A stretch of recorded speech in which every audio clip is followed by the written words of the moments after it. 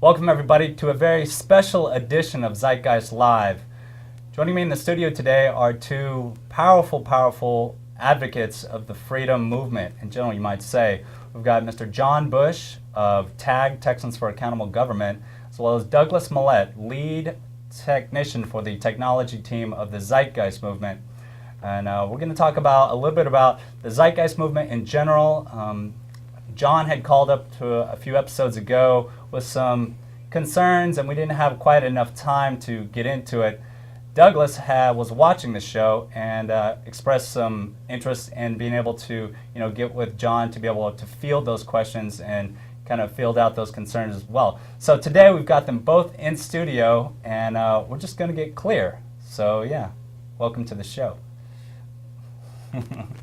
All right, John, man, I'm a big fan of yours, brother. Really, like you probably don't remember, but I was with you on one of the fluoride-free Austin meetings.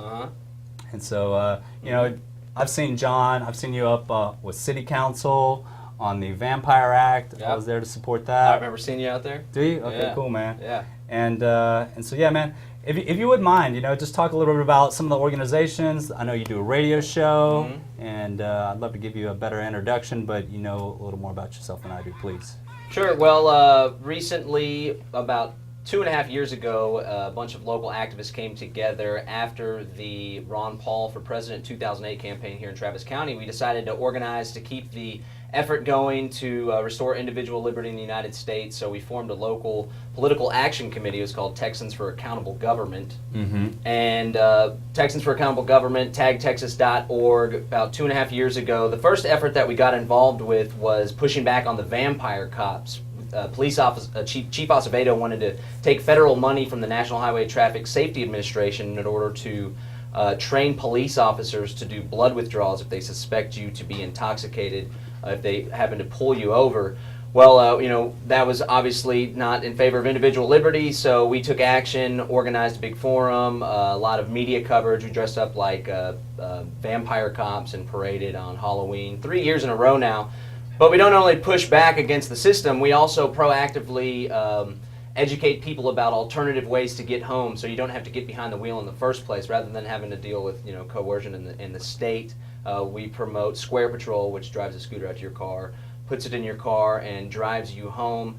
We also push back against the Austin Regional Intelligence Center, which is a fusion center. It's a law enforcement, multi-jurisdictional law enforcement apparatus which seeks to merge the information sharing and intelligence gathering practices of local, state, and federal law enforcement, and we managed to prevent that particular fusion center, which just opened in December here in Austin for Williamson, Travis, and Hayes County, from collecting non-criminal information based on political or social or religious views. So if you guys are having a big Zeitgeist movement meeting, which is obviously anti-establishment, anti-status quo, fusion centers like to protect the status quo, as does the state.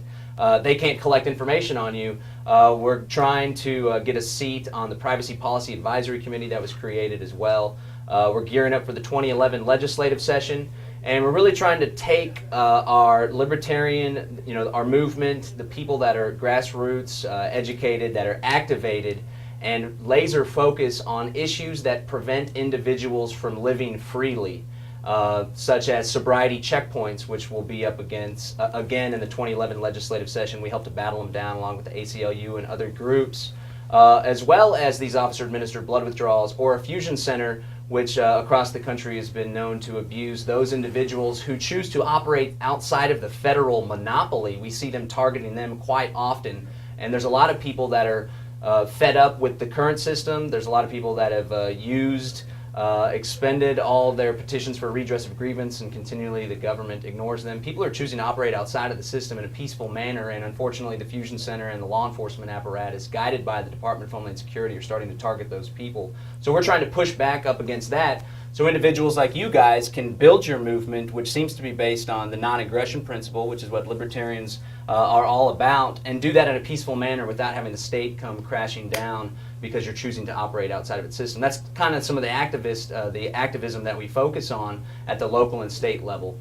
And then also Foundation for a Free Society is something that I'm involved in. I just started. It's a nonprofit. myfreesociety.com is the website, and the purpose of that is to educate, activate, and liberate, to get people, individuals, to educate themselves about the philosophy of liberty, the non-aggression principle, the right to self-ownership, free markets, and Austrian economics is also something that we promote. That's something we'll have contention with, of course. Then we ask people to activate, to get involved, to educate people about the philosophy of liberty, and also to influence local and state representatives in order to further individual liberty. But the most important part, and I think what sets us aside from a lot of other libertarian think tanks, nonprofits, foundations, is that we're also encouraging people to liberate themselves from the coercive restraints of state monopoly violence and to become self-sufficient food-wise, to participate in local competing currencies and competing economies, to learn about self-defense and self-preservation of your life, and other strategies that can make you not only embrace the philosophy of liberty, but more importantly, live as a free person. And I think that's how we're going to be able to bring about a free society. And there's a lot of overlap with what you guys are calling for, to just start creating a society that's based on the values that you guys are calling for, so I think that's great. Yeah.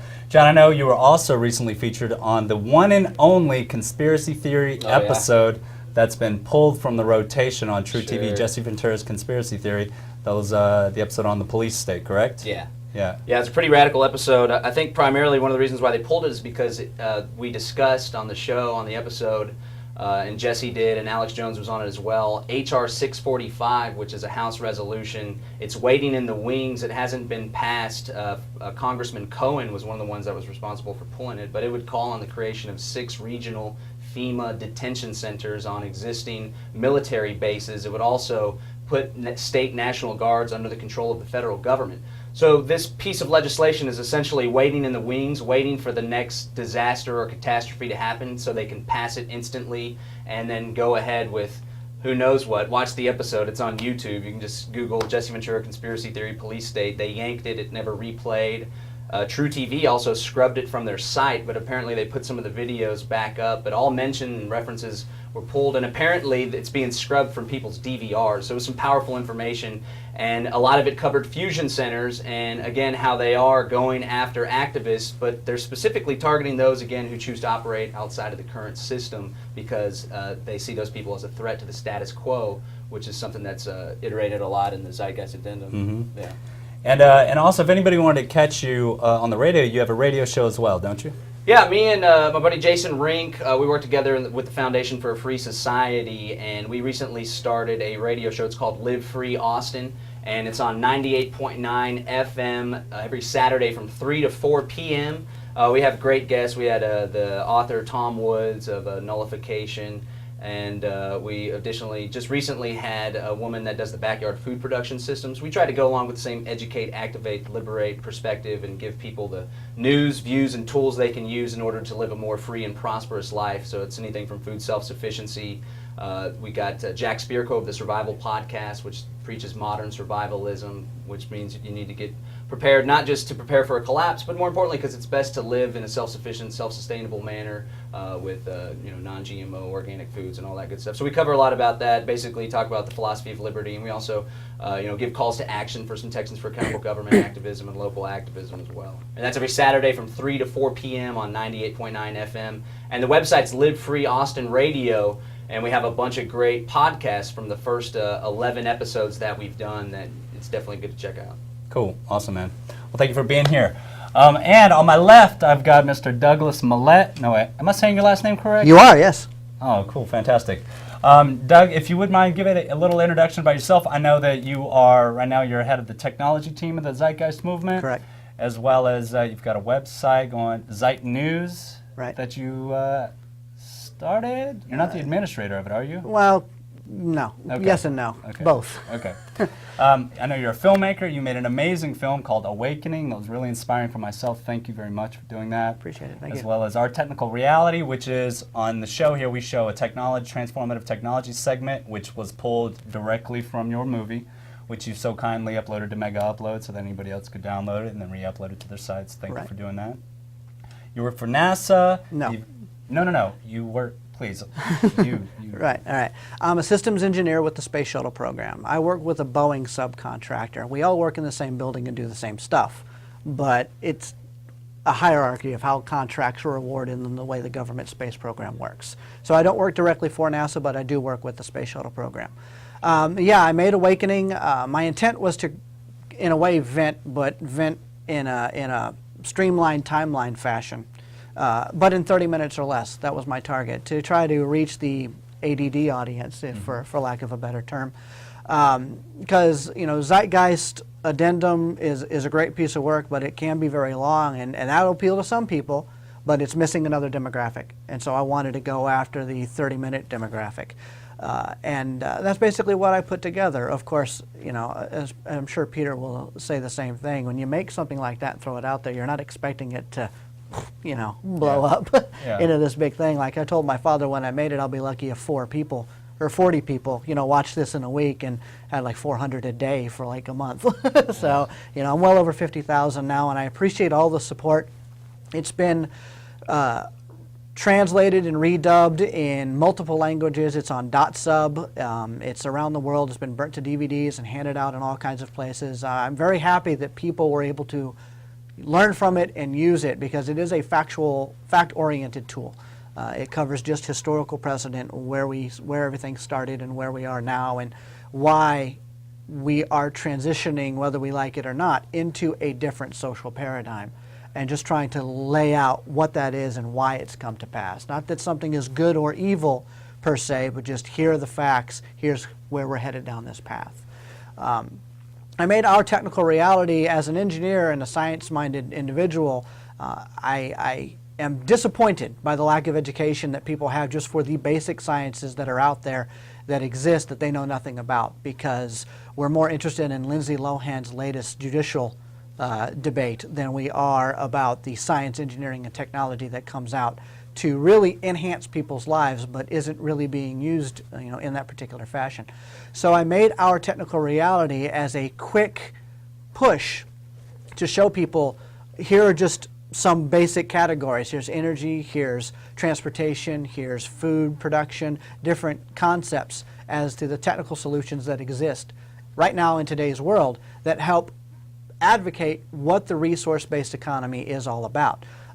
It's not so much that it's a control mechanism, it's an abundance mechanism. When you increase that abundance mechanism or you enhance that abundance mechanism, you end up inadvertently, corollarily solving other problems along the line. It's more like added benefits than the actual drive. The drive is the efficiency and the abundance creation. That's what the point is. Right.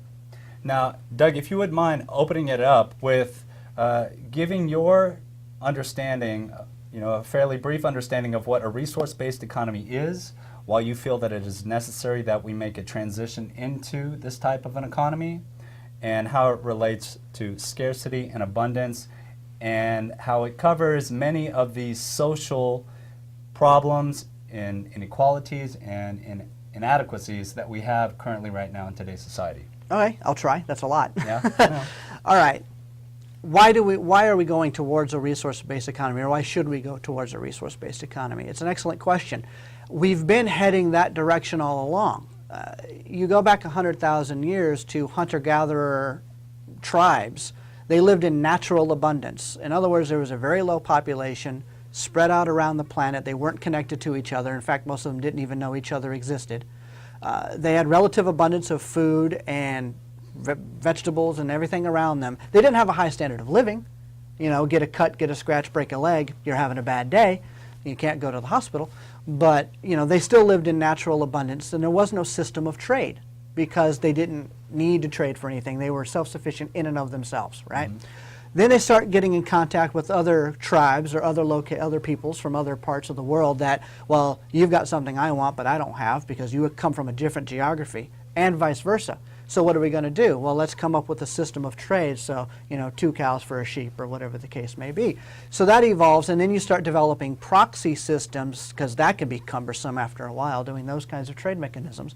So then you start to develop, your proxy systems, your shells or your jewels or your gold or your silver coins, money, etc. And so that's where you get the development of money as a proxy system of trade for inadequacies between systems. I have something you don't have or vice versa, or services that can be provided because one person has the capability or the accessibility to learn a particular trade and somebody else doesn't, they learn something else, and so now they can work together in that way. Well, let's jump up to today's society where we have massive amounts of communication, open information. You can learn anything you want online.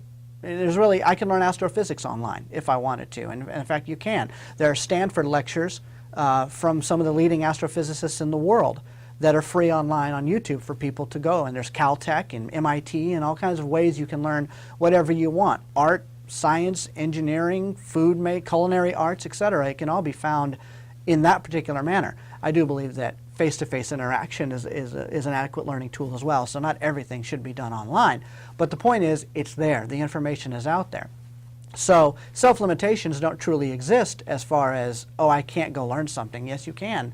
You can learn things in different ways, but only for the people who have the kind of technical capability to reach those systems, to get on the internet. Right. Somebody in the middle of Dubai or in the middle of the Congo isn't exactly going to have high-speed internet access to reach that kind of education level. And so what the resource-based economy does is take all of our technical innovations that we've developed up to this point, especially automation, which is a big crux of the movement in general, and using those in a way to benefit all people and not just those who copyright, maintain, and hold sway over that particular development. And in other words, it's open source, not just open source information, but open source technology and open source access, so that everybody can enjoy the benefits of that widget, whatever that widget happens to be. And in the process, using science, engineering, and technology, which has been largely responsible, basically almost all responsible, for the developments of the first world nations to become longer lifespans, more healthy, adequate medical care, transportation, energy systems, etc. That's what has given them a higher quality of life, allowing that to filter to everybody else as well. And that's what the resource-based economy is trying to do. Excellent. Now, if you would clarify on the role of government, how the role of government would play with a resource-based economy and politics or the political process. Okay. In today's system, and we have kind of put it together in a very authoritarian still setup where even though we have the democracy and people, talk and try to work things out to go through the political process, we put other people in charge to do that. We don't really do it ourselves. We're not a direct democracy in that sense. And direct democracies have their own problems as well. You don't want, somebody who doesn't know anything about a particular subject just throwing their opinion out on that subject because it has no relevance. Right. No offense, you don't know what you're talking about, so why are you giving your 2 cents? If you learn about it and educate yourself on it, then that opinion has validity. Everybody may be entitled to their opinion, but that doesn't mean they're right. So that's why you start to elect people to help, speak for you. But the people that we've started, the political process has gotten very convoluted when you start looking at the corporate influence, we start looking at the monetary influence, and you start looking at, it's blatantly obvious that politicians are more interested in the next election cycle than they are actually solving problems, not just for today's generation or for themselves. They don't look 5, 6, 7 generations down the line and really do a true analysis to see how is this decision going to affect a multiple of variables. The scientific method for social concern is the process by which you break things down for longer term purposes and you look at long-term effects. And so the political system would be different in that some of the decisions that are made today, for example, are like band-aids over deeper underlying problems. And the underlying problems could be solved without legislation, but with technical implementation. One of the things that John, you were talking about earlier was the vampire with the cops taking blood because of drunk drivers, and then you were talking about the ways to fix the drunk driver issue. If I had a car that had a radar system built into it and can drive itself, and Germany has one and Stanford has developed automated cars, you can just hop in and say, take me home, and the car will take you home, and it will not, without question, will not crash into any other vehicle, because all the vehicles are going to be able to do what's called live active algorithmic adjusting, which is 100,000 times a second they can communicate to each other and know within fractions of an inch where they are on the freeway and with respect to other vehicles, and get you home via GPS and all the other technologies we have. So we don't need legislation to solve that problem. We need a car that can get us home. Well, we have that capability. So if you expand just that one example to different problems that we have in society and culture, what would be the technical fix that you don't even need a law to fix it? You just implement a technical solution to bypass the human error issue, the human error that we seem to always bring in and amongst ourselves. People want to drink too much and then they think they're Superman and they want to hop in a car and they take out a minivan family that was coming home from a friend's house of dinner. Well, you bypass all of that together by using technology to prevent that situation from ever occurring in the first place. John, do you have any questions at this moment? Yeah, and a quick point, the Square Patrol organization that we support, they do use technology, a little mobile, collapsible miniature scooter, to help assist the problem and pop it in, But yeah, that would be great. Unfortunately, I think the state, intellectual property, patent, and copyrights, and I imagine we agree on that. But one thing, the Industrial Revolution and the major changes that took place 17th, 18th century, 19th century, in order to bring about a higher standard of living for the masses, primarily in the Western civilization. Right. I think that had two causes, primarily, one of which was that the state's controls began to limit themselves after the classical liberal revolutions, whereas before it was a monarchy, a state serfdom, feudalism, and everybody acted in order to benefit the king, the state, the ruling class, the ruling caste, right? Mm-hmm. That was the old order, and everybody had a subsistence standard of living. And the big problem is what Murray Rothbard says, big libertarian philosophy, was that there was no inevitability in the minds of the masses about the overthrow of the old order, so they just sat and lived out a brutish existence. However, the classical revolutions took foot, a lot of the information from the Enlightenment and the ideals of individual liberty, not living to serve another man or the king, took place, and the monopolistic tendencies of the king in the market and economy, mercantilism started to slowly go away, and I see there was a more opportunity for free market, which is what I believe led to the Industrial Revolution, and that's the precursor to the technological advances that were managed to take place through factories and through division of labor as well. Capitalism was beginning to take foot, not the corporatism that we both are opposed to, but free market capitalism. And the other thing that created this massive rise in the standard of living and the technological advances, I would argue, and this is something that the Zeitgeist addendum is really anti, and hammers how it's not a sin, but it's wrong to be driven by the profit motive or by self-interest. And I believe that individuals, many of them were smart technicians, people that had ideas, and ideas, the marketplace for ideas started to open up as well, whereas before it was still within the ruling caste.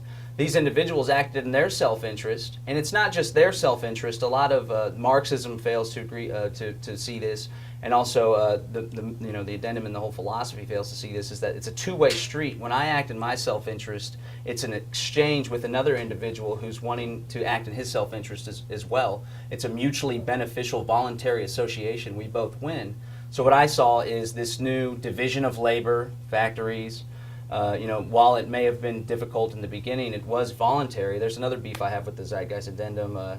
They were referring to wage labor as some sort of slavery, when in reality it's a mutually beneficial voluntary contract. Of course, sometimes work may be difficult to find, but I think there's opportunity for you to just go out and do your own thing, start your own business.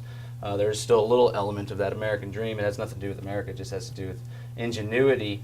But I think, basically to sum up, that there is self-interest that does drive a lot of the technological advances and the Industrial Revolution, which did in turn lead to a higher standard of living for the masses. I think free market capitalism had a lot to do with that, individuals acting in their own interest. All right. Self-interest is important, but there's two kinds of self-interest. There's selfish self-interest and selfless self-interest.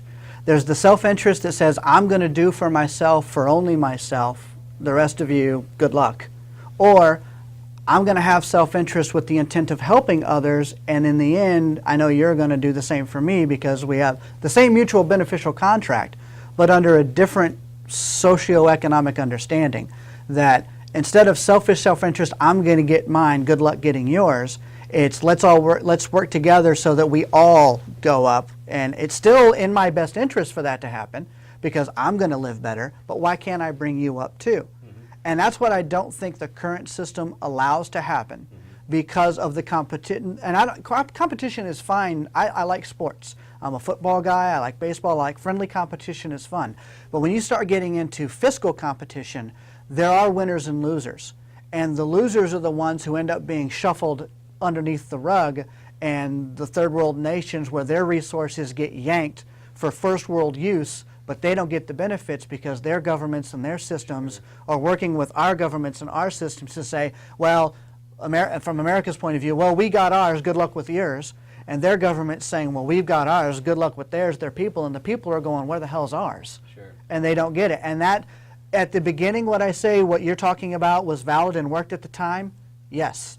But I think it has grown into a monster that is irreversible in the sense that the haves versus the have-nots are so stratified now on such a disparate level that the have-nots have no chance of ever becoming a have. And because I'm not Amerocentric, I'm not looking at, could somebody in America, the homeless guy who has the great voice, who suddenly just became a superstar, Tim whatnot, I don't remember his name off the top of my head, but anyway, if he's a homeless guy, has a great voice, somebody recorded him, threw him on YouTube, now all of a sudden he has like 4 or 5 different voiceover gigs because he has this welcome to KBR radio kind of voice. But you're talking one guy out of thousands that are starving, dying, freezing, or whatever. So is that equitable? I don't think so. If you got yes, there he is right there, the man with the golden voice. Yeah. So he is one of the lucky ones, right? He happened to have somebody film him that day, that moment, do a talk, throw it on YouTube, bam, superstar. But how many others are out there that don't ever get that luck? So now you're running into a luck, not an opportunity scenario, but a luck scenario. So how can we bypass the luck and turn it into an opportunity? And that's what the resource-based economy system is trying to do. And you run into that issue with the monetary paradigm. I don't have a problem with all that money did up into roughly about the early 80s, between 80 and 85. And I can narrow it down to that point for a reason. I'll get to that in a second. But one of the things that you talked about was the profit motive or the incentive. I'll give a key example of a gentleman who is a wicked, amazing innovator and died dead broke and never became anything special, and that's Nikola Tesla. Tesla was, without question, one of the most amazing inventors in the electrical field. If you were to ever study him as not just a man, he was an eccentric nut job, but he was a genius eccentric nut job. The problem was his financial backer, J.P. Morgan, was a profit-hungry douchebag who cared absolutely nothing. Tesla had wireless communication established as a theory and in local practice. He had the Wardenclyffe Tower was an experimental test to try and tap the ionosphere for energy so that you can do wireless energy. He had wireless energy in his mind way back then. And guess what? We have that now. So there is wireless technology. You have a device you can set down and charge your phone from a distance or within the same room. There is an electron field flow that can be tapped into that Tesla figured out. However, JP Morgan's like, wait, if we give away free energy, how am I supposed to make a buck on that? Shut Wardenclyffe down and shut all kinds of systems down in development. So what was the greater good there? Was the greater good the ingenuity of a man who didn't care about money but just wanted to give this amazing energy opportunity so people could light their homes and have heat and things like that so they could live quality lives? Or the man who was only concerned about the profit motive and realized, I'm not going to make money on this because of the abundance of that particular widget, or in this particular case, energy. So there's a tit for tat, and we've gotten to the point now where the profit, the motive, is drastically reducing the productivity of what our technical advancements could be used for. See, I think we have a common enemy, and that is the status quo and the current monopoly capitalism, monopoly corporatism. There was a difference between Marx and Lenin. Lenin was more revolutionary and radical than Marx. Marx saw the enemy as capitalism or private ownership of the means of production, to sum it up. Right. Lenin saw it as monopoly capitalism. He didn't necessarily have a problem with free market capitalism. He saw a problem with monopoly capitalism, and he saw the inevitable outgrowth of that as world empire, which is what we're seeing today. Heading that way. Fascism is another way. But a lot of the things, the problems that you just spoke of, like with Nikola Tesla, for example, I don't think J.P. Morgan is a good example of a candidate to embody the ideal of free market capitalism. He cannot embody robber baron corporatism, getting handouts and manipulating the state. And in the example of Nikola Tesla, and the same thing, and this is another common theme with the Zeitgeist movies, just the simple idea of the movie Who Killed the Electric Car, right? It's the corporate state and its monopoly power of force in order to take away choice and in order to inhibit competition and in order to inhibit our ability from, I believe, fulfilling our human potential through technological advances that would probably lead to more abundance, definitely lead to more abundance than we have now.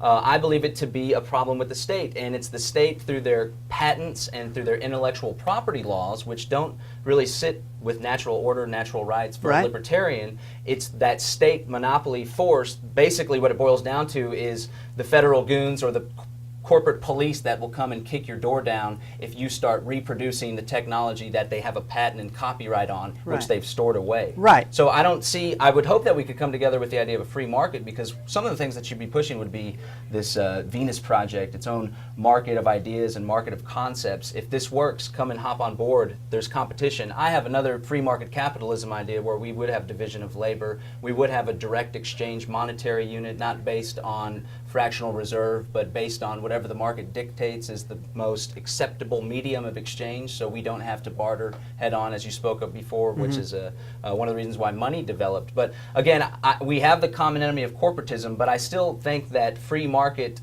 a total libertarian free society absent of the state, I think free markets can bring us to the same end that you guys are calling for as well. All right. So I would say with regard to the free market and its essential governing processes, what makes a free market a free market? A supply and demand model of I've got something that you don't have, you've got something that I don't have, let's exchange it. And then you assign a value to that based on its availability. If something... To interject, no, go ahead. The Austrian school posited the subjective theory of value as opposed to one of the Marxist schools was the labor theory of value, or just simply supply or its abundance. In reality, in a genuine free market, the value of a service or good is determined by the marginal utility that the individual actor places upon that particular good. So for example, if I have 3 gallons of milk in my house and my family goes through 3 gallons of milk a week, and someone else needs a gallon of milk, 1 gallon of milk is worth less to me if I have 3 of them than if I have 4 of them, for example. Right. Or if I have 2 of them, 1 gallon is worth more to me because the third use would be the use that I would go to if I didn't have this, the 4th one. So it's use adjusted. It's use adjusted according to the individual and his perception of what would best, create a better condition for him. Okay. And it's not the good in and of itself that has the value. It's determined when the opportunity for exchange comes through, and when the market is allowed to operate. That particular value is at a level where it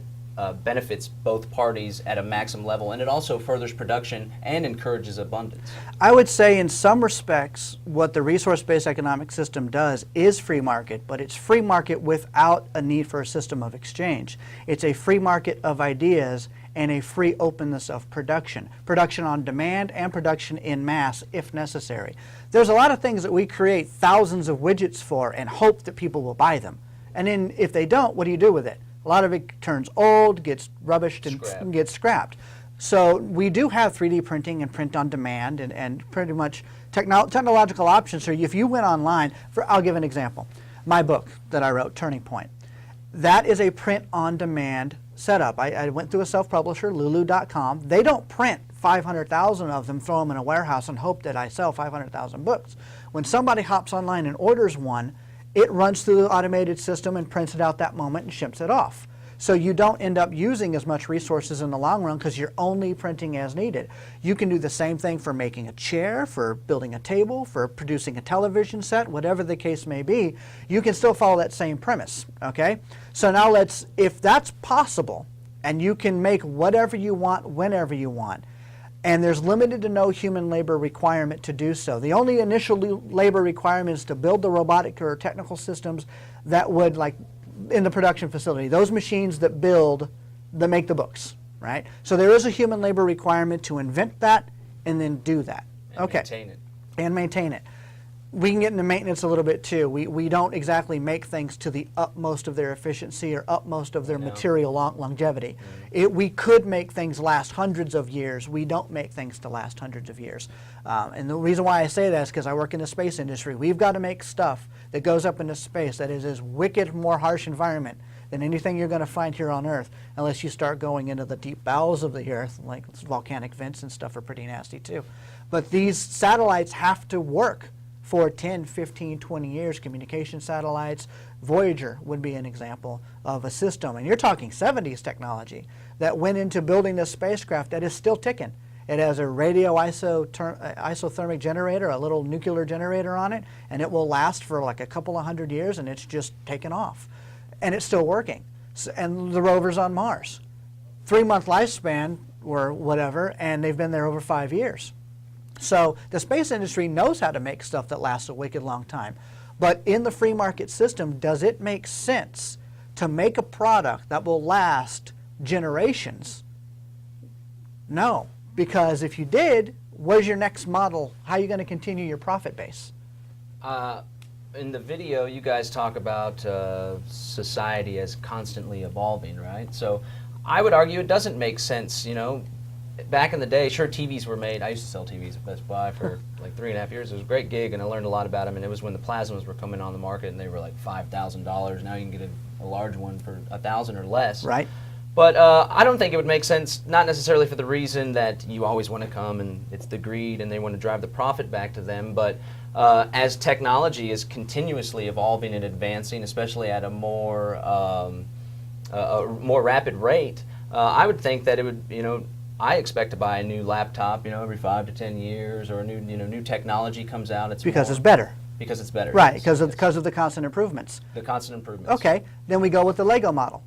The Lego model says, okay, industry standard, here's the basic rudimentary setup of a television that we have of at the moment. This is what we're going to use for basically about 20 years until we get to a point where it makes resource sense to switch over to a different look.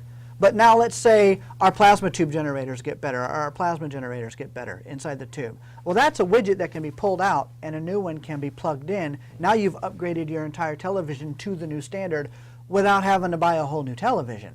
So it's all parts and pieces and what makes, in the resource-based economic system, everybody has access to that information. We know what parts are interchangeable, and everything open is. Source. Yeah, it's open source. The whole thing is interchangeable. So if I get a new screen, I can pop out the screen and put in the new one and then recycle the old one as much as we possibly can.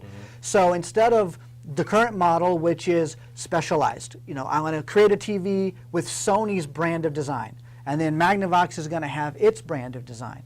And now those two aren't compatible. Why? Because they're in competition with each other. Well, I mean, I think it's a false assumption to assume that there could create this ideal form of the TV.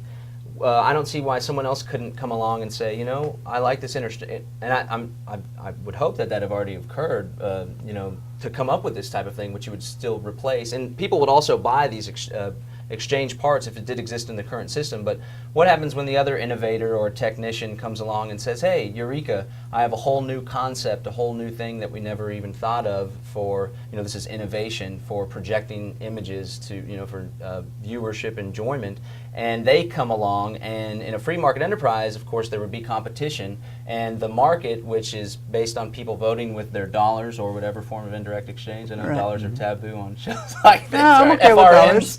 I'm okay with dollars because that's what we have now. I'm okay with understanding the system we're in. So I would hope that you know, the better product would eventually win out or become more affordable, or and again, back to the existing structure, the company that is able to build the plasma TV that lasts longer is going to have more business. They might be able to offer more premium, but at the same time, because more people are in demand, they could mass produce more of them at the same time.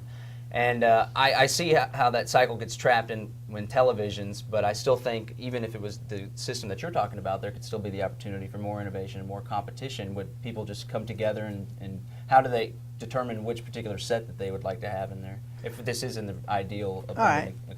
One of the misconceptions is that you would only design one variable of something, and then, okay, everything must adapt to this. I don't subscribe to that. I mean, there's ergonomic issues. People have different things that they like, so there are personal preferences. Mm-hmm. So you would create like a top 5 or 10 model, and that's all done through, we do this now, when companies do this now when they do demographic analysis of, I have a new widget, and they do product testing.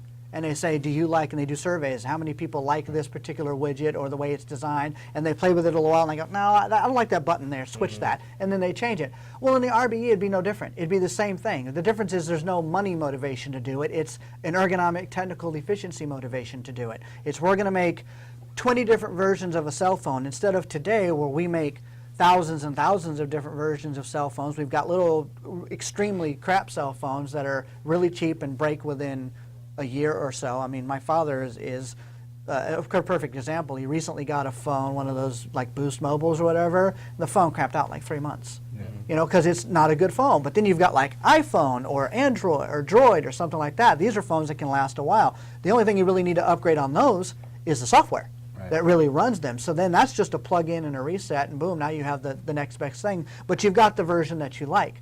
So you create 20 or so different versions based on what the surveys say, what people generally like. And for the most part, 20 would probably be more than enough, because oddly enough, people think they're unique and individuals, but a lot of them have the same ergonomic wants. The certain five fingers. Yeah. I mean, when it comes to basic human function, we're all kind of the same in that respect. So the products that you develop would follow within those lines. And so you don't create just one object and tell everybody to deal with it. And this is all, and then we're just going to interchange those parts. You create like 20 versions of it to deal with people's personal wants, color, things like that. But you're still creating much less than we do today, with the overabundance of production for specific demographics or for waste. Just quick throwaway models of this, that, and the other thing.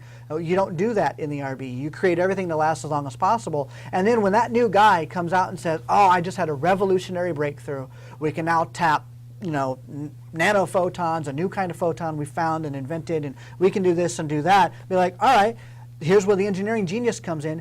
Can you retrofit that into the existing models? Is there a way you can make it plug in? So that's where the challenge is. People say, well, what would people be motivated to do? That kind of stuff. Can I get it to fit into that? And then if not, after proper scientific study, 2 or 3 year study, say, no, actually we really can't. Okay, now we go about recycling all the old stuff, building brand new models that fit that new technology, but it's really no different than the 5 or 10 year turnaround that we have now. Sure. It's just without a monetary push to it. That's the only difference. John, I'd like to hear your thoughts or feelings on what some economists call the contradiction to capitalism, and that is technological unemployment. For instance, I was just watching a few videos where there's a group in Israel where they're implementing touchscreen ordering systems in restaurants. There's other restaurants that have fully automated kitchens as well as automated wait staffs, whereas employers are outsourcing to robotics and machine technology and replacing employees to a point where if this takes a hold in such a large fashion, there won't be the purchasing power to even purchase the goods and services and products being put out by the market. Okay. Well, I think whenever you have technological advances, for example, a lot of the HEBs, the checkouts are automated. You can check yourself out. Well, perhaps one teller job is gone. I guess this goes back to the good old broken window fallacy, or Economics in One Lesson by Henry Hazlitt, which has the unseen hand, whereby basically the broken window fallacy is the kids down the street throw a rock through the shopkeep's window, and someone says, "Oh wow, there's a broken window. That's going to create economic development Right. for the window maker." Yeah, for the window. When in reality, the unseen thing is that now the shopkeep, the $20 that he gives to the broken window, his next most valuable use in his eyes, subjective theory of value again, was the pair of shoes that he was going to create business for, the shoe keep. Or the reinvestment into his own business. Or That the 20 bucks reinvestment. could have been used to improve his That's own right. thing. That's right. That's right. And again, that goes back to whatever his individual value system is based on. And I believe that's the best way to organize an economy based on individual value systems. But basically, the touchscreen had to, first of all, have been thought up in a technological manner. Someone had to have gone to school to, and this is the existing society, regardless of how it would pan out in the, what were you, ER? What was the two letters you were using to describe the abundance economy? Just No, RBE. RBE. Yeah, resource-based economy. Resource-based Yes. economy. Sorry okay. about that. That's okay. TVP advocates the RBE. People think TVP, the Venus Project, in and of itself is the system. That's not actually true. It's a means to the end. It's just the name of the organization that Sure. promotes the resource-based economic model. That's really all it is. So now there's a demand for these touch screens. Well, there's also a demand for programmers. There's a demand for university professors. There's a demand for technical schools. There's a demand for, through the division of labor and specialization and the capitalist process, there's demand for replacement screens. There's also a demand for a programmer to oversee it and make sure it fits in with their particular system. Now maybe they have to upgrade their servers at the grocery store. Now there's a whole nother labor market for the person that's building the server, not to mention the technological advances and the programming of the server as well. So I would argue that while it may seem that the teller is out of a job, the unseen hand, there's 10 new jobs that have been created.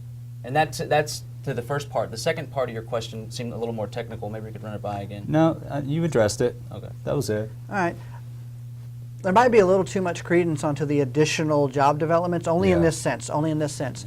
The guy who invented the touchscreen, that touchscreen isn't just used for the store, but it can be used for a whole bunch of other things. So you have one guy whose invention is now cross-platformed amongst a whole other things. Whereas the way you're thinking is the need of that one touchscreen has increased a whole bunch of other jobs for the creation of that or for the functionality of that. Production. Or the production of that. It can be the opposite. It can be only one guy can invent that touchscreen and then it's used in a whole bunch of places. So it's backwards. But as far as like the maintenance and the monitoring and the production, a lot of that can be largely automated anyway. In fact, a lot of that is largely But automated. again, you got to create the machine to Right, automate that. and those which is people more will be there. jobs. Those are the jobs that matter. I don't want to say that because people are like, well, that sounds My technocratic. job doesn't matter. Yeah, Wait a no. second. Those are the jobs that facilitate that particular kinds of advancement and evolution. But then you have jobs like the garbage man. You know, I'm sure if you interviewed all of the Austin City garbage men and asked them what they wanted to be when they grew up, I doubt very seriously the majority of them would say, I wanted to be a garbage man. I'm sure if you interview the homeless man, he would say, I hope that I would have had a job. Right, exactly. He has a better condition than this other individual. Right, and so, you know, there are goals and aspirations, but like the garbage man, could we do that? Can we do away with that job? Yeah, if we design city systems efficiently and use the automated technology properly, we could do away with the garbage man. But when you throw in the unions and the labor for income and the need to make money to survive, even though technically if you were dropped on an island and just had plenty of food, water, and animals, you wouldn't need money to survive. You could survive. So money isn't necessary to survive. It's not like it's oxygen. You know, it's a system we created to facilitate a particular need when that need was relevant. But when you start getting to the point where you start developing technologies and innovating systems that bypass the human labor for income requirement altogether, not that it, you know, you're saying, you know, the touchscreen guy develops other jobs. Well, those other jobs could be automated too. So then what about those other jobs? Those could be automated too. How far down the line do you go? Eventually what you originally might have thought would require 100 people ends up requiring only 10. Because a lot of it could be automated down all the way through the entire, you know, means of need for that particular widget. And so when you get to that level, and we are there now with our advanced computing systems, our robotics, how dexterous everything is, the way these systems work, how fast and efficient they are, they never need breaks, 24/7, 365, they're always running. You have eroded that human need to work those kinds of jobs. And so we then develop and adapt to new kinds of jobs. The horse and carriage buggy driver eventually had to say, well, bugger off, I can't do this job anymore, so I'm going to learn and do something else. In the RBE, there is no restriction to what you can learn. So let's say, now if you want to be a garbage man, be a garbage man. If you want to just work in flowers all day or whatever personal passion somebody has, even if it's a job that I would say, dude, I would never do that job. That's okay. That's me, not them. If they like to do it, do it. Even if that job can be automated. So what? It's not hurting the system. It's not hurting anybody else. There is no zero-sum game in that. They like to do that particular work, dude, have at it, whatever makes you happy. The bonus in the RBE system is no matter what you choose to do, whether you want to be a flute player, an artist, an engineer, a chef, even though the chef and the wait staff and stuff like that, what if you're a social person that likes to be a waiter? You just like, I like interacting with the people, I like talking to them, taking their orders, you get personal satisfaction out of that. Could a robot do it? Yes, but I like to do it too. There's a market for human interaction yes, in there's, restaurants. And socialization. And so the difference is the person who works in today's system as just a waiter is not living in a 5,000 square foot home or living in a 2,000 square foot reasonable home for, or it depends on if they have a family, but you know what I'm saying. Their quality of life isn't stellar.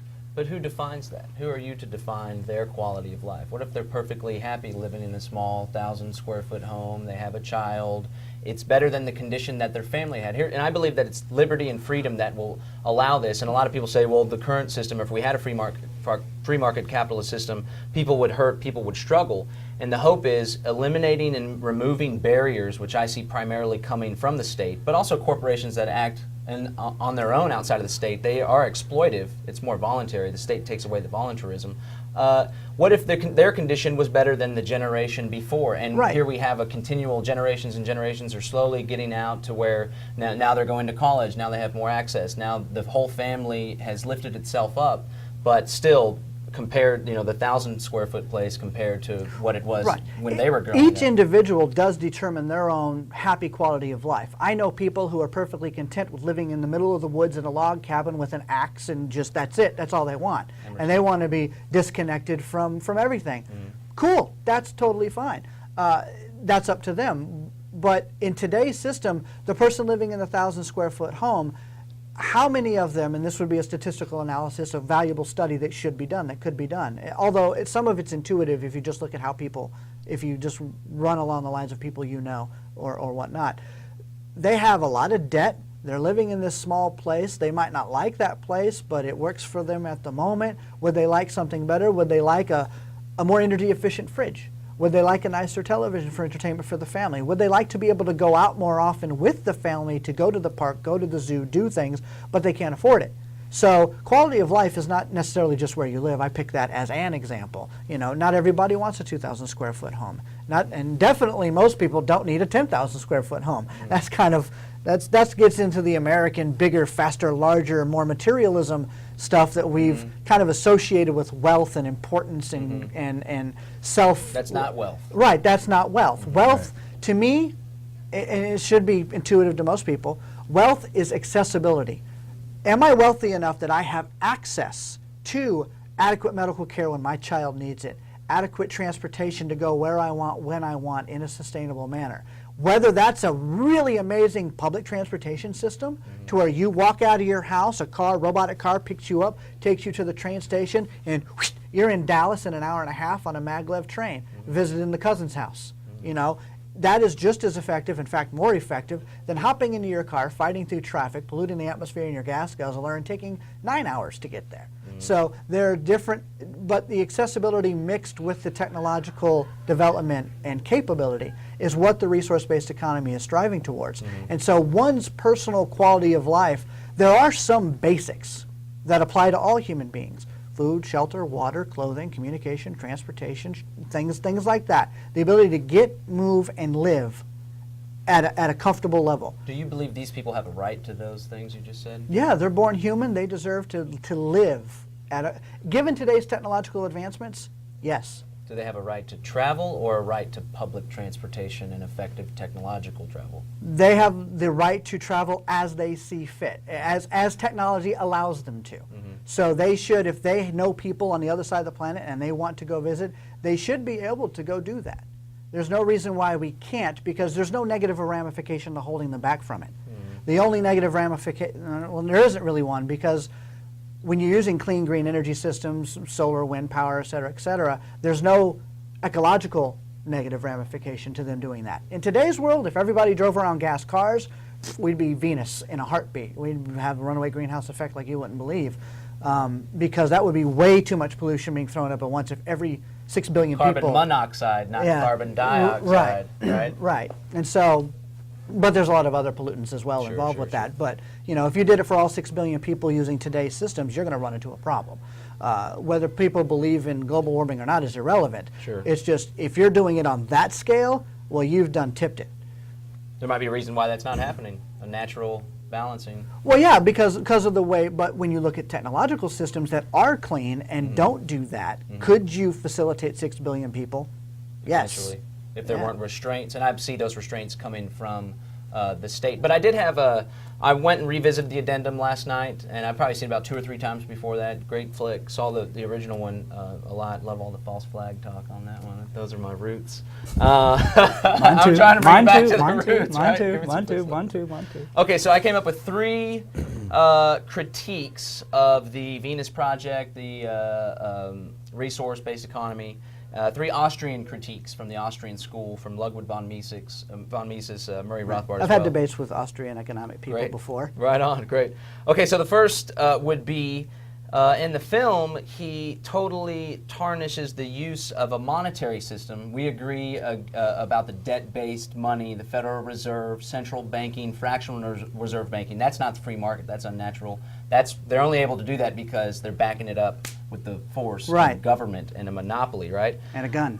And a gun. And you started off your discussion, it's important to know that government is force and violence. Gun is what the end result. Even if it's like a petty, you didn't get a permit for selling raw milk at the farmer's market, which is illegal in the state of Texas. There's a bill to change that. But then it's like you got to ask permission to sell raw milk. What's that all about? And then they give you a ticket and you don't go to court because you think it's ridiculous. It will end up with them coming to your home with the gun. And it's important to note. But you started off by discussing direct exchange earlier when you were given an introduction, meaning I have tomatoes, you have a lawnmower, you want my tomatoes, but what you have to trade is a lawnmower at this particular point. We can't make any business. But if you use your lawnmower to fulfill Tyson's demand for the lawn being mowed, because he doesn't want to dirty up his nice suit here. And then we came up with a medium which naturally arises because it's the most practical, it's tradable, and this is what Murray Rothbard and the Austrians refer to as indirect exchange. Direct exchange would be tomato for lawnmower. That's why you have the money by proxy to cover those indirect. Yes. And so are you against the use of indirect mediums like shells early on or cigarettes in prison? Not that we would. Right. No. I think they were all relevant at the time. I think we are now beyond that time. Okay. That's the only difference. It's funny that some people and the Austrian form of economics thinks that money is absolutely necessary in a sense, as if we've always had it. When if you go back in time, no, we didn't. It was invented at some point, which means we did exist without it. Sure. And then we developed as a means to facilitate our growth as a species. Who's to say we haven't now gotten to a point where we don't need it again? Okay. That we are now advanced to another level. Okay. My second critique would be, and so you respond, we don't need it now if we can go through the abundance technological. Right, because if scarcity, you don't need to have this price. Right. Because money comes with the price, a value that you can all come to an agreement on based on supply and demand. And if I can use automation to make billions of tomatoes, then there's no need to trade tomatoes anymore. So if I can apply that to everything else along the line, then that's where it washes out. Okay, so the second critique would bring in Ludwig von Mises's opposition to socialism, and I know that y'all's system isn't necessarily Marxism, however there are some overlap, and that was his argument against the impracticability of socialist economic calculation, in that when you have a medium of indirect exchange that you can place a monetary value on, which comes to, is brought to fruition through the price based on market and demand, supply and demand, which again goes back to the individual who is the most apt and capable of deciding what he thinks would better his condition at that time. Right. And I would argue not a technocrat or a technician, Right. or a central planner. So without this means of determining the best way, and I think there might be a necessity in order to operate in an industrialized or an advanced civilization, in order to distribute or in order to send signals to the producers, to the technicians, to the automated factories that are producing things, it would be difficult in order to most effectively and efficiently manage the distribution of resources, goods, or services without a medium of communicating how much particular good or service is in demand at the time. So absent that price system, I feel potentially, even if you think that there's these altruistic technicians that would be able to centrally plan that thing with the use of massive supercomputers, I think it would end up just as the Soviet Union ended up, as Mises predicted, more than 50 years earlier, in a collapse, famine, the inability to fulfill that inherent demand in the individual. Okay. And that would apply if you're using humans to make decisions for other humans in your idea of central planning and whatnot. But what about when the individual who is making that personal choice has the ability to create on demand, as I mentioned earlier? So now your means of production is not derived by somebody's assumption of what we think would be adequate. How many resources do we need to say we have a city of 1 million people? You can do a survey. Let's kind of put ourselves in a world for a moment, a hypothesis. Every home that everybody lives in has a computer system that runs through the integrated, of the city. There's a city brain, I guess you could say. It doesn't control people. All it does, it's an information gathering system. And so a question, today we'd like, we're going to do an annual survey. How many tomatoes do you eat in your household? Different, kind of like a census, but a census of stuff. How much stuff do you really need? So that then the system can say, okay, this is how many resources we need based on the demand of the individuals. So you as a person are saying, I have a chair, I don't need a chair next year, or I might need a replacement because it's kind of starting to fall apart. And you can break things down that way. You don't need to do it all at once, but every once in a while, every couple of days, you're just asked a different question. And over the course of that year, that allows the system to know through algorithms, here's how many people we have, here's how much stuff they need or don't need. Here's what they want or don't want. So now we can directly manage, this is how many resources would be required, plus a percentage over, because there's always an overfill. You want to account for tolerances. We do that in engineering all the time, plus or minus a percentage.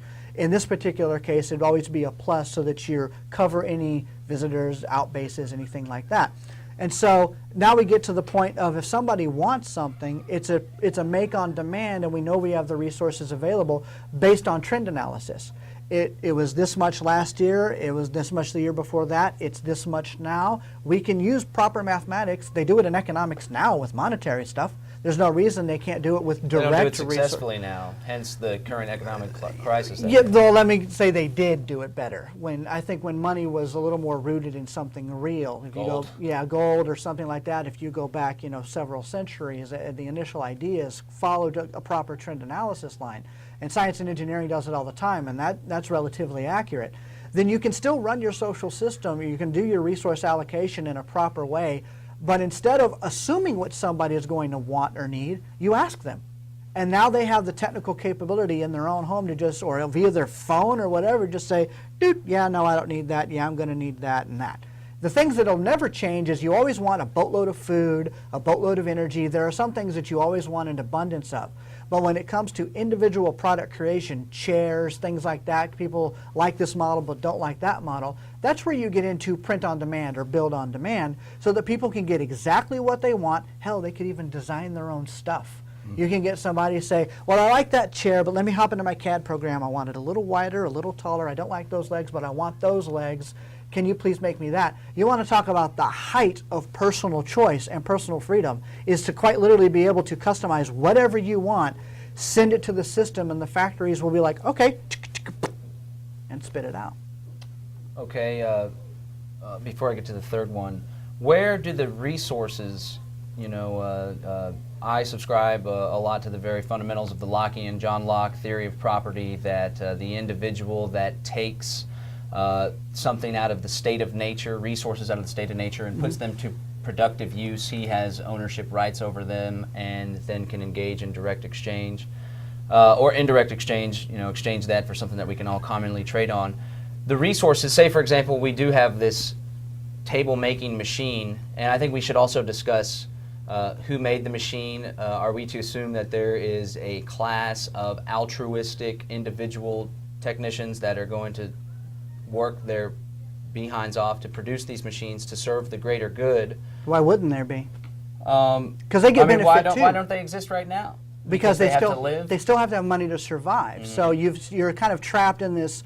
I'm altruistic as hell, but I still have to work. Sure. So I've still got to do what I've got to do to play the game. Even though would I much rather in RBE, I would still do what I'm doing now. I would still be a space geek trying to build enterprises and go visit the stars. That's what I want to be when I grow up, right? So why wouldn't those people exist knowing that there are others also building and working on systems and everybody's mutually benefiting? That technician doesn't lose out by working their butt off because they enjoy it. First of all, they love it, and the odds are they're probably working 12 hours a day and not even realizing it, because like a programmer, I know programmers are a special breed of psycho. They will spend hours coding for 24 hours straight, not even realizing it, because they love it, and that's what they enjoy doing. Is that bad for them? No, they love it. So let them, that's what they do. And so would there be altruists? I would say yes, they exist now, but they still have to make a living in today's system. In the other system, they do it because they love it. And when you have enough automation involved, they don't need to do it as much. Right. They would do a lot of R&D. They would be developing the next breed of thing and working with teams of people. And you also got to think global, not local. With open source information, the internet, and communication, we've got teams all over the planet, peppering the planet, that are working on maybe similar projects, and they communicate and say, hey, we just figured this out over here. So this guy only needs to work 4 hours a day, but we have a 24-hour planet. So you got all these different groups working a couple of hours a day doing their thing and communicating together. That's what we'll end up developing.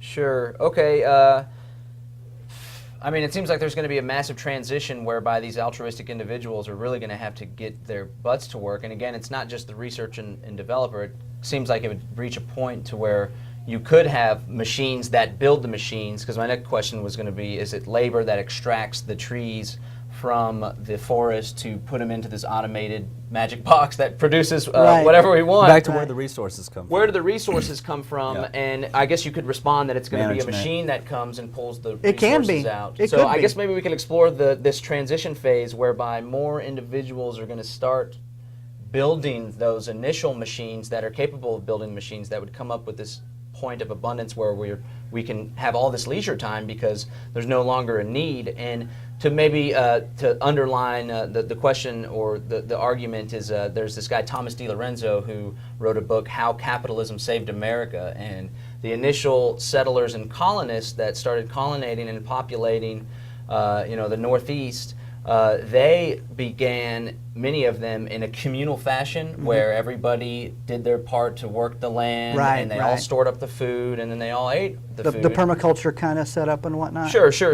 But what slowly started to happen was people realized, I guess it's the free rider problem, people realized, oh, wow, why would I have an incentive to work hard or to be innovative or to create this wonderful machine that could benefit society when I'm going to have the same standard of living, or there's no way that I'm going to benefit myself. I'm still going to live the same as my neighbor who sits on his behind all day and just eats all the freaking food that I've been picking. And that's people working for other people. So you run into the jealousy issues, the human emotion issues that end up coming through that kind of social contract. An equitable input of labor. Right, but a robot doesn't care how long it works. I'm talking about producing the robots still at this point. Okay, people still do that. I mean, whether they directly benefit from it or not. I doubt very seriously the guy who invented the iPhone for Apple is making billions of dollars on the invention of the Apple. Apple is, or the iPhone. Apple is, and Jobs is rolling in the dough and everything else. But I bet the engineer that went, oh wow, we could do this. He's probably still only making his $50,000 a year. And so who's getting hosed? I mean, I'm kind of throwing numbers out, but you get the idea. Well, then I would say competition. If you're not getting paid enough with Apple, then move on down to Samsung, and maybe they'll pay $60,000. Well, then they'll come up with something to compete. an alternative, which is happening now. You know, Apple is leading the way with their technological innovation. But again, I guess if you could explain to me, and I don't know if you guys have this thought all the way through, but I'm interested in, because the philosophy sounds wonderful. It does sound some utopian. I hate to use the word. I hate that word. It does sound utopian. It is not utopian. I know. We get the same thing with my libertarian utopia, my free society. Because nothing's perfect. You're constantly trying to make things better, more efficient, improve. Things are going to break. Yes, that's going to happen. The challenge is using that mental brain power to fix it in a way that you're not cost restrictive. It's not like, oh, well, we can't solve that problem because it would cost $1 billion. In the resource-based economy, it's the only no is we can't solve that problem because we haven't invented a way to do it yet. And there's no monetary drawback. But you're looking at, where are you going to get the people to start this ball rolling, right?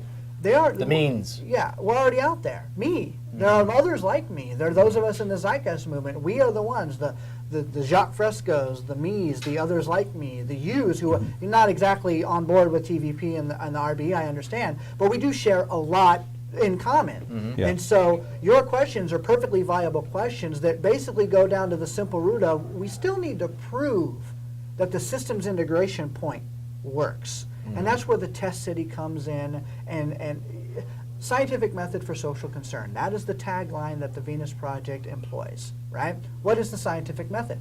Observation, hypothesis, research, experiment, secondary observation, analysis, and then retrofit if it didn't work or whatever. Well, we're only in the observation hypothesis mode right now of that process. We have all this anecdotal evidence that suggests human behavior works in this particular way based on all the scientific studies that have been done over, several decades. All the technology exists in various forms. So what we need to do is build a sample city that integrates all of that together. Does it really work? We haven't quite gotten to that point. That's why that's the hard part. I don't like it, and this might piss off some Zeitgeist members, but I don't like it when they say this is how it's going to be. You don't know how it's going to be. Nobody's ever done this before. In one breath, they'll say, well, this has never been done before, so it's got to work.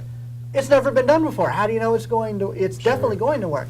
Do we have a lot of anecdotal evidence and it's outside evidence to suggest that it would? Yes, the hypothesis is strong, but it's not fact. And so the notion when people are pushed back against the Venus Project, I still come down to the simple premise of we still have to go into experiment mode. Relax a little bit on some of those questions because they are unanswerable at the moment. That's good. And we are in awareness building mode. We just want people to understand, A, the world is broken, B, there are other options, here's what our option is, but we still need to prove ourselves. That doesn't necessarily mean that's exactly how it's going to happen. Even Jacques Fresco himself says, the cities I've drawn out are not what's going to happen in the future. He's pretty much sure that that's not how it's going to look. But it's just throwing spaghetti against the wall. Here's an idea. Take the ball and run with it. You might, over time, figure out, you know what, we can't put that there. We've got to put that over here because it just didn't work. That's the evolutionary, I think I made up a word. That's the evolutionary process that allows the systems, and that's why it's called an emergent system. It's constantly poking at itself, saying, can we make this better and more efficient? But this first step is to build the experiment. And that's why we want to try to garner the support to get unfortunately we work in a money system, so we're going to need money at some point to build a research city that maybe hosts 10, 15,000 people, 50,000 people, small scale size, that incorporates all of the ideas in one unit and then run it for a couple of years to see how it works. There's plenty of volunteers to make that happen. I mean, the movement is quite large. There's not that many people online constantly doing stuff, but they are there and reachable. And when we get to that point of say, hey, we're actually going to build and break ground, they're going to converge, it's going to happen, and then we can run the hypothesis. Sure, that's good. Yeah. And then after that, let's say it's proven and it works, well, what do you got to say now? Because once we've proven that this thing is viable and it seems to be working, there's no more argument anymore because we've proven ourselves. And if there are problems, the goal is to fix them. And if people ask additional questions, then we just keep rolling with it. Sure. Doug, could you speak a little bit on property rights in a resource-based economy? I know this is sometimes a concern by free market libertarians as far as like, you know, Sure. property yeah, rights. Property. You own something because you want instant access when you want it at any particular time, right? I mean, that's why you own something. It's like, why do I have a bed? Well, because I want to sleep every night on the bed, so I want to own the bed, right? Well, that's a reasonable property to own. Do you need a car? Is it necessary to have a car? Ask a lot of people who live in New York. A lot of them don't have cars. Why? Because it's a very tight city. It has a decent public transportation program. I've got friends who live in New York who haven't owned cars in 7, 8, 9 years. You know, they almost forget how to drive when they've got to go travel somewhere. They're like, just chauffeur me around. I'm not used to this driving thing. So they don't need that particular personal property. So it's not so much that, I wouldn't say we're anti-personal property, but is it, do you need it? If you have access to abundant transportation, do you need a car? Is it absolutely necessary? Can you go rent a car? Can you go check one out like you check a book out of the library? You say, you know what, I'm going into the woods with the family, and I want to, you know, be able, you don't have a train or anything that goes there, so I'm going to go check out a car, we're going to load up the family, and we're going to go. So you still have, it's like Enterprise drops you off or picks you up or whatever, right? So you still have that kind of access when you want it. So do you need to own that? Not really. But you do need to own your clothes. You're not going to timeshare clothing. You're not going to timeshare food. You're not going to timeshare. There are some basic necessities that make sense to quote unquote own, right? But I guess to what level do you place the importance and the need of ownership and having private property? If you're living in a system where you can live in Berlin for 3 or 4 years in a house and be like, you know what, I'm kind of bored here. I'm gonna go live down in Australia for a little while. In the RBE, you hop and you go. There's no financial ramification to that kind of moving. Do you need to own a home at that point anymore? If you have that kind of freedom to travel and move and live wherever you want, whenever you want. And you're not really hurting the system in the fact that, well, now your labor doesn't, what you were doing for work there, there's no reason with communication that we have today that you can't telecommute and work anywhere on the planet. In fact, we do that a lot nowadays. We do that a lot in the space program. Look at NASA. You got JSC, you got KSC, you've got Palmdale and Ames Research Center, all these NASA facilities. We have meetings all the time on WebEx, which are interactive telephone, teleconferencing, and you can do the video Skype and all that. So a lot of the work that you would do can still be done telecommute-wise, so it's irrelevant where you live. You can live on the moon as far as I'm concerned. It really doesn't matter. Climates are different. Slightly. Well, not the moon. I'm talking about across the world, like living next to the equator. I like to live in Texas. I would prefer to live in Texas, and it'd be great to be able to control my property, which is how I define property rights, is who controls it. And so it sounds like, and this brings to my third criticism, and by the way, what you're saying earlier about actually creating the experimental city, I think that's when movements become truly revolutionary or evolutionary, because they bring the theoretical into practical life. Yeah, to practical, absolutely. Yeah. That's also when you got to watch out for the man. Yeah, well, I'm keeping an eye out on people. The engineer in me still wants to see the model. That's right, for sure. Yeah, and I would love to see a totally free society without state monopoly violence or police. But the third criticism would be, and it goes back to property and control of resources. I believe it's individuals that should control resources, and individuals can relinquish control of certain resources in order to benefit themselves or in order for a mutually beneficial voluntary community or association or contract. But it seems like in this system, especially in the steps to creating this system, in the means and the pathway towards the end, but also during the end, for example, somebody's going to have to write an algorithm to be able to create the most efficient and effective output from the people's input that they put in the hypothetical system we spoke of, where they talk about how many rations they like. And I'm going to use the term rations because it seems like they would deliver you your weekly rations, but it would be determined by you. No, you could just go get it at the distribution center. Okay, sure. Okay. So who is it that writes this particular algorithm, and how can we ensure that, and again in the transition especially, it seems like there will be leadership or some sort of people paving the way and helping to build these institutions, and I know the movement's mainly anti-institution, but let's face it, the production system would be an institution in and of itself. Who's going to be the ones, the technicians that are writing the algorithms and the programs and tweaking things in order to make sure that it benefits everybody? And how can we, the individuals who have had a history, generation after generation, civilization after civilization, of individuals coming together, the small minority, using institutions, be it religion or the state, as you guys espouse, or even this particular institution which we see building up, how are we to ensure at the individual level that we're not going to get faced with the same oligarchic group that now begins to manipulate the algorithms, and it's no longer in the best interest of the individuals, rather it's in the best interest of the small group? Right. Yeah. I would say that that is primarily governed by the education of the individuals themselves. The smarter you are about knowing how that system works, how that algorithm works, you don't have to be a full-fledged programmer, but as long as you have a general idea and a respect for how that system works, you can look at it and at least understand what it's trying to say and can see if somebody's mucking with the system. Plus, what's the term? I can't think of the term, but if you get enough bees in the hive working towards that, one or two idiots screwing it up are going to get washed out by the many others that aren't, and they will catch the bugs. You can have self-correcting systems. And so it now boils down to one key aspect of the resource-based economy: the cultural value system of the people involved in creating those algorithms, those products, or whatever. Are they raised in a mindset to believe that, ha ha ha, I'm going to be the evildoer and I'm going to get more for myself? Or are they raised in a system that respects that what we're trying to do is help maintain efficiency for all?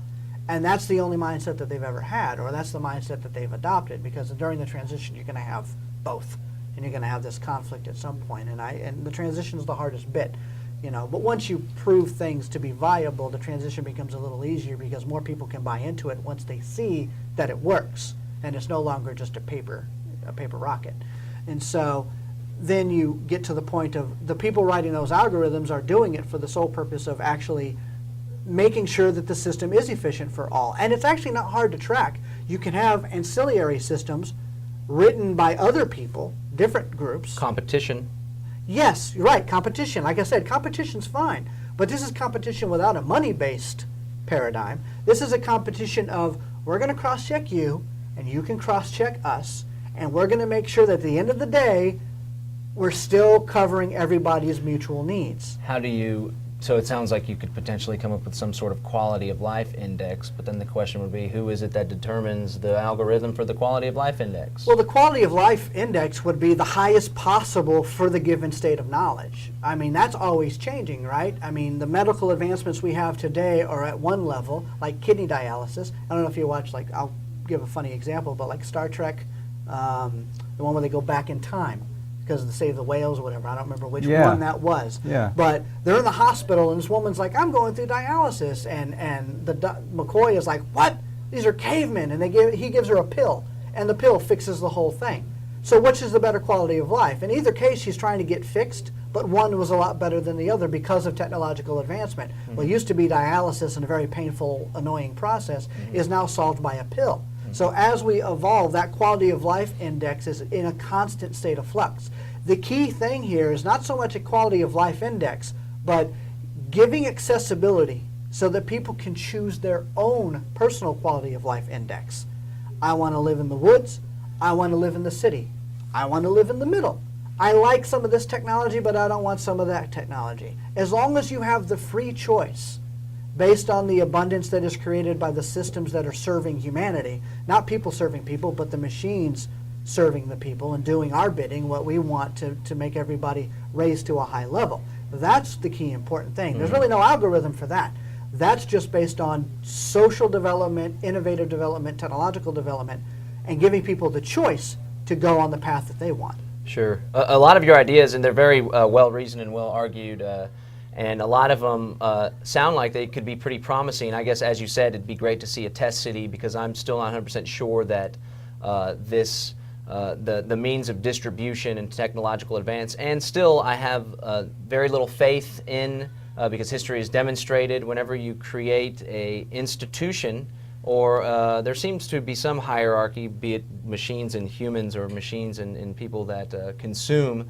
But whenever you create those institutions, the person that's going to educate themselves on how to prevent abuse or how to create a higher quality of life, there's also going to be potentially individuals educating themselves on how to manipulate the system for their own benefit, and I would like to see how that could potentially be overcame. But I think this could mesh in a major way with my particular philosophy, which could is more and more I've been exploring anarcho-capitalism, which is I've heard of that. Yeah. anarchy, basically meaning the absence of the hierarchical state, which is really not an I like the term voluntarism, where all society is based on mutually beneficial voluntary associations, which it seems that y'all's That's what the ideal resource-based society. economy is based. Right. You said, where are you going to get those people? They're the volunteers. They're the ones that That's want right. to do that. Sure. So we share that same common interest. And this was put to me by a gentleman from the Free State Project. They're trying to actually build a free society. Many of them are now participating outside of the state monopoly. They're running into a little bit of problem with the pesky property tax, of course, but they're generally working to build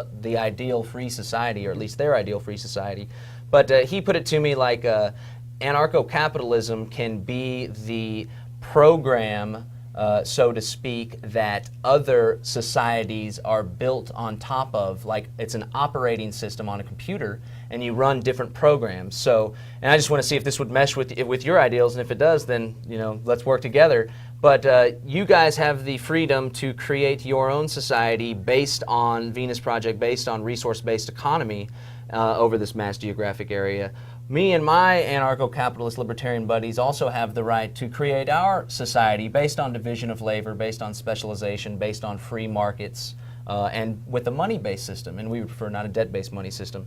So as long as you can create an environment whereby different cultures, different individuals, different people who have different definitions of what type of society they believe would bring about their most ideal situation, you guys can do that wherever you so choose. If you want to set it up here in Austin or on the outskirts, or maybe people start levitating towards one spot.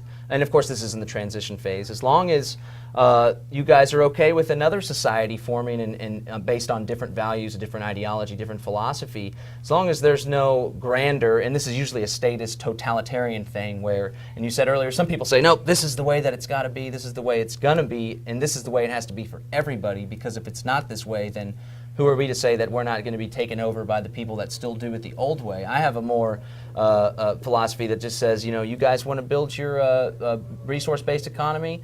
I'd like to come stay there for a while, check it out. Maybe we could trade amongst ourselves. And one of the things I'm wary of, again, is the efficiency. How? If you're running on a money system and we're running on a non-money system, what is the compatible trade mechanism? We're doing everything straight volunteer with no system of exchange using technical abundance. You're running on division of labor using a monetary proxy to facilitate the exchange of those resources. We're not compatible systems in that effect, so how do we interact together? I think that's where you run into it's going to be one way or the other scenario. Like the whole planet basically runs on the monetary system. Any advanced form of interaction in the human species They're forcing today, the planet to run on a monetary runs on the monetary system. So now that evolved over time.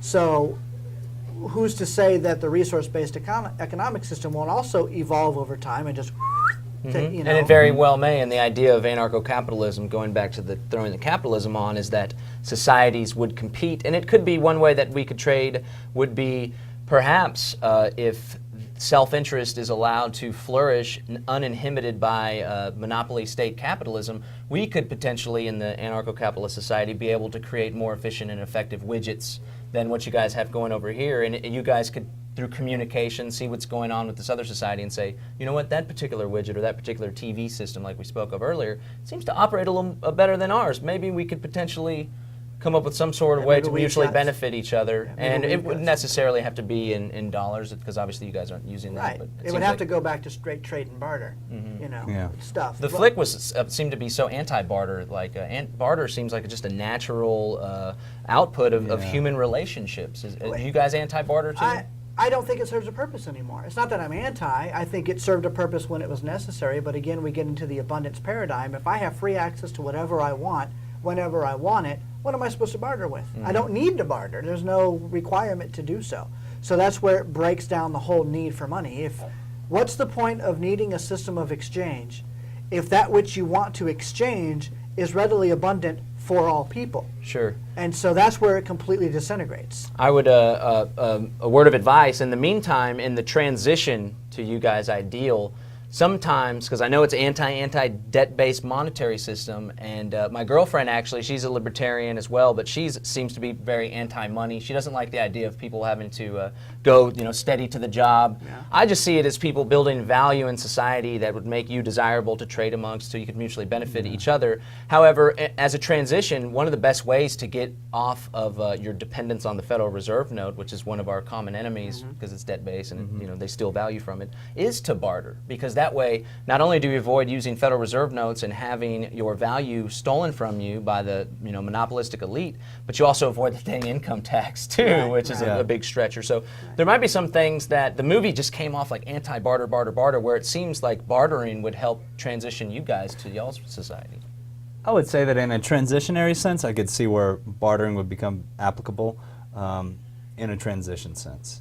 Yeah. And I'd like to see more literature if you guys have some on how this transition would play about, because I think that's a big important point that a lot of movements say, we're just going to get there, it's going to happen, and they don't actually stop and practically see how and we really do need to develop reports on that, and we don't have a lot of that yet. I mean, I'm one of the senior people who, I don't want to say senior, I don't like that word, but I'm one of the more knowledgeable people to generate kind of reports like that, but I'm only one man, so I can only do so much. And there's this people also have to realize, and I know we're probably running short on time, but people also need to realize that even though the Venus Project has been around for 30-odd years, the movement and the awareness of what the Venus Project even is only like a year and a half, 2 years old. Haven't really been around that long as far as in the public eye. So as we gather more support and more people to have those capabilities, whether they agree with the Venus Project or not is irrelevant. You can write up a report that suggests one way or the other, and that's valuable information to know one way or the other how a transition might manifest. So I envision the transition as getting enough support and enough resources, in this case money, to build a test city that would prove the points, work out the bugs, get that set up. Once that's set up, go to other governments around the world and say, do you think these are viable systems that could be used within your local resources, and we'll modify it to fit what you're capable of. And then just start popping them out here and there, and as people like them and gravitate toward them, then it just starts to grow. And then at some point, the barrel falls over. And it's either becomes really, really good and billions of people start enjoying it, and the old system just gets replaced. Not that it's overthrown, but a better system just evolves out of it. Competition. Yeah. Well, speaking on the transition, John, I know that Peter Joseph, the filmmaker of the Zeitgeist films, his last radio podcast was on specifically the transition, a possible best case scenario transition.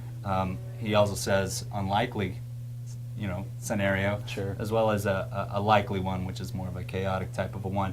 But also the third film that comes out next week in the theaters, we're hosting it here at the Alamo Draft House, South Lamar. I want you to be there, please. Yeah. I'm pretty sure he's going to be going into possible transition solutions in that as well. So, and I know that's the big thing everybody wants to know about. How do you transition into this? How do you transition into this type of an environment? But man, with that, I want to say thank you so much. Yeah. For being in the house, man. Yeah, right on. It was pretty enlightening, definitely. It really was. This is going to travel far line. Doug. Thank you. Thank you so much, man. Appreciate you having me. Thank you. Absolutely. Absolutely. And John? Yeah. Pleasure, man. Yeah, nice Absolutely. to meet you. Take care. Have a great one. Yeah. Thank you, everybody, for tuning in. And, as usual, every week, tune in live to Zeitgeist Live, and we'll see you next time.